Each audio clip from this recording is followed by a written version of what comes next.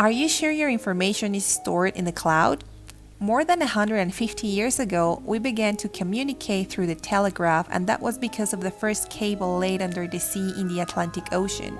And to this day, we keep on communicating through cables that cross the seas. 95% of cellular communication and data is possible to these cables located on the seabed. So if you thought it was through satellites, sorry to disappoint you.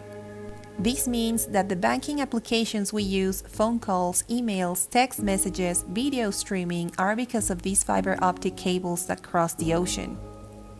These cables are composed of 7 layers that cover the optic fiber, from copper to aluminum tubes and petroleum jelly. This is how cables look like today.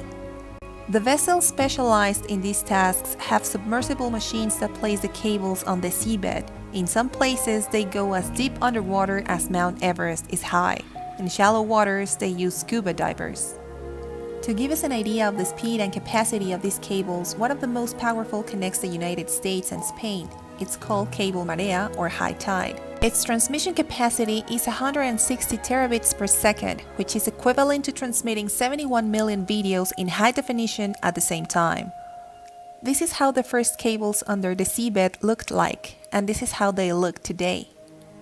This is one of the first underwater data centers. These servers are the backbone of the internet since they are responsible for processing large amounts of information. And what impact does all this have on marine life?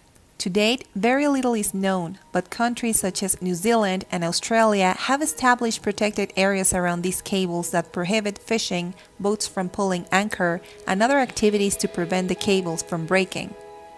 The repair cost is high, and it brings an impact to the environment. These countries also seek not to damage the corals, but in deep waters, little is known about the impact it has had on cold water coral and on the ecosystems found in the abyssal zone.